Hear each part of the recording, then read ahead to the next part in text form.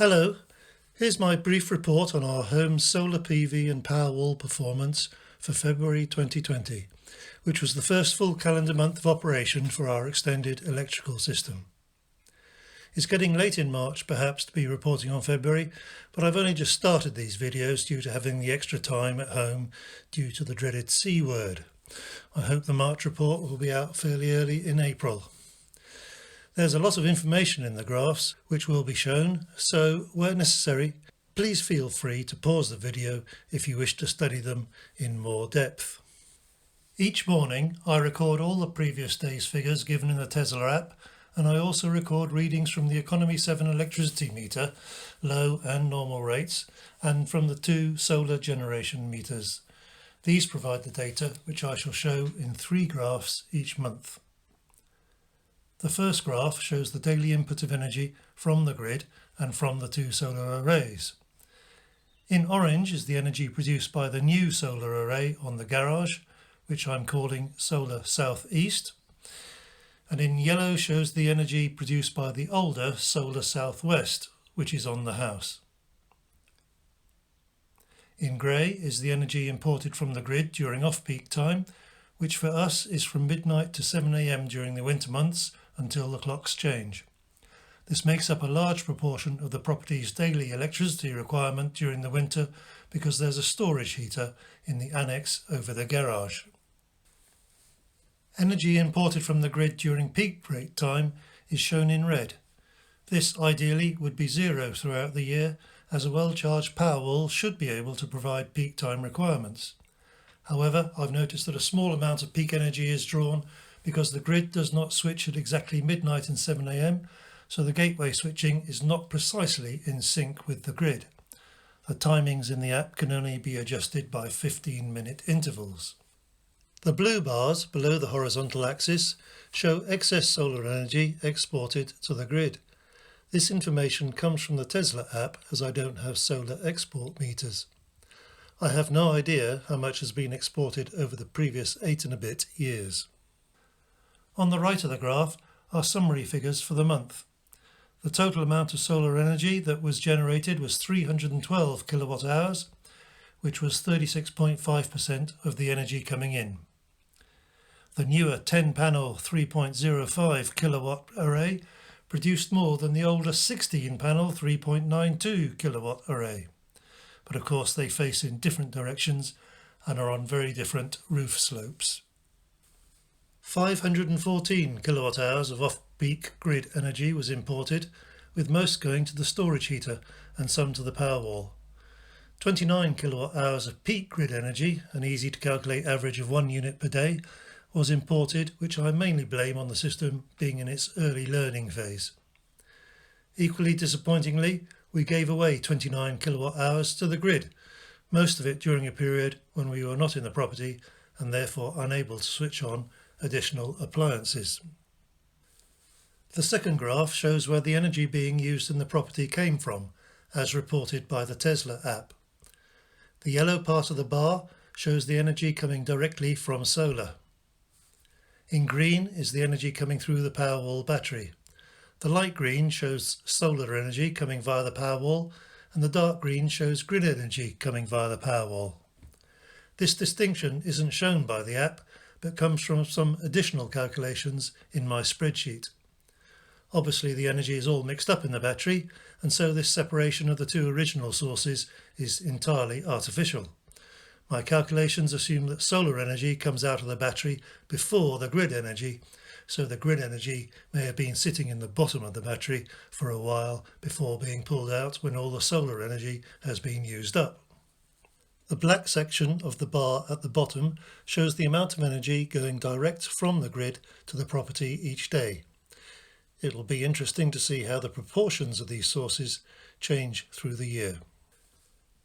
In the summary figures on the right, the percentage of energy coming back out of the Powerwall was a bit lower than expected. The garage was quite cold throughout February, and maybe the efficiency might improve as we head into the warmer months.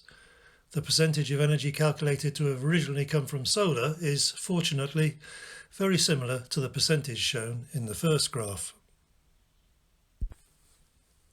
The third graph shows what the Tesla app calls self-power performance, which is the proportion of energy coming direct from solar or from the Powerwall. During the winter months, I'll concentrate on peak time and aim to get that as close to 100% as possible, so that no expensive peak grid energy is pulled. The Tesla app reports that we were 40% self-powered over the month, with 11% coming from solar and 29% through the Powerwall. Peak time was 76% self-powered, with 40% from solar. These figures are a bit dodgy, as changing the mode of operation under Customize can seriously upset the figures being reported in the app. I have to admit to doing that a couple of times while exploring the different sections of the app before realizing the dangers of doing so. The only setting change that appears not to upset the figures is to alter the percentage reserved for backup, and I'll talk about that a bit more next month. So, how did this February compare to previous years? I can only compare the output from the old solar southwest array, and it looks about middling at 139 kilowatt hours, well down on last year's high of 182 kilowatt hours, despite having an extra day in the month. The arithmetic mean for February now stands at just over 145 kilowatt hours. Here's a bonus graph showing the production of the solar southwest array by calendar month across the years. Not unexpectedly, December has been consistently at the bottom of the table, except in 2013. January and November are the next pair up, and then come February and October.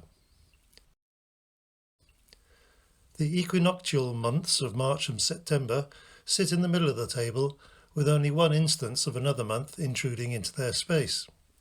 That was April in 2018, which more usually battles it out with August for 4th and 5th positions. The top three slots are, of course, May, June and July. May has been top in 3 months and July in only 1, with June taking first place in 4 of the 8 years.